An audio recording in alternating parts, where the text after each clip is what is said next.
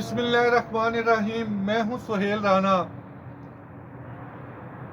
15 जनवरी की ठंडी रात और आप हैं मेरे साथ। पार्लियामेंट में आज भी अपोजिशन लीडर के नाम को सीगाराज में रखा गया है और इसकी आज रात को अनाउंसमेंट हो जाएगी या कल सुबह तक।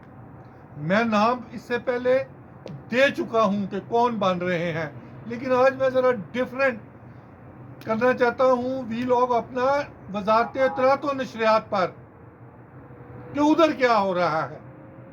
वजारत इत्तलात और नशरियात में पैमरा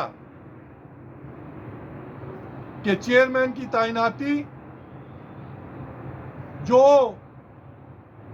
आईनी अदालत में रिपोर्ट होगी, और इसी तरह 8 हमारे अफसरान जो हैं उनको सिलेक्ट किया हुआ है 7 मार्च 10 रोज से, लेकिन वो जा पा नहीं रहे।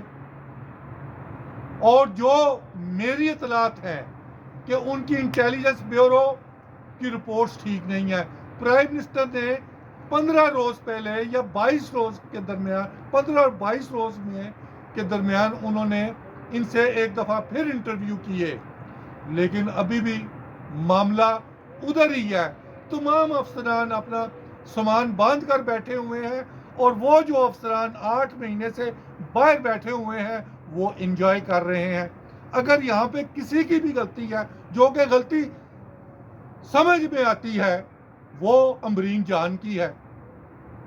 तो क्योंकि मैंने पैमरा के नोटिफिकेशन का इंतज़ार कर रहा हूँ कि पैमरा का नोटिफिकेशन आता है तो क्या होगा, क्योंकि ये एक जो इश्तिहार बना था उधर लिखा था चेयरपर्सन, क्योंकि 7 रोज रहते थे एज अ सेक्रेटरी इंफॉर्मेशन।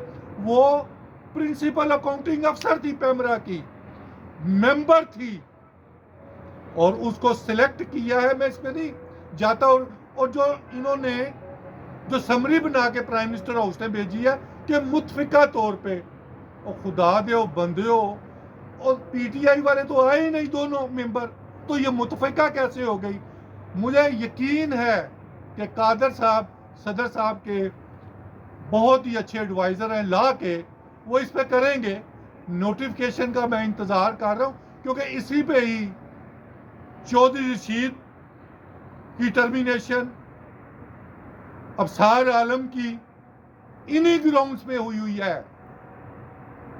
तो अब ये तीसरे का जब नोटिफिकेशन आएगा तो फिर इस पे बात। तीसरा जो है ITNE 2 अफसरान को, लॉ अफसरों को सिलेक्ट किया गया है। एक है उस्मान गुमन और दूसरी है आमना साहिबा। दोनों में से किसको बनाते हैं? दोनों यंग अफसर हैं, दोनों यंग वकील हैं। तो आमना साहबा भी बहुत अच्छी होंगी, लेकिन उस्मान गुमन क्योंकि वो उसने प्रैक्टिकली काम किया हुआ है, देखते हैं।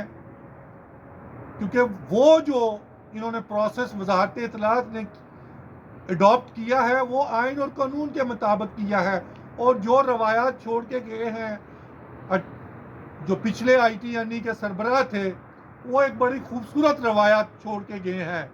उन्होंने हज़ारों मुलाजमीन को उनका हक दिलाया और एक अच्छी इनिंग्स खेल के चले गए हैं।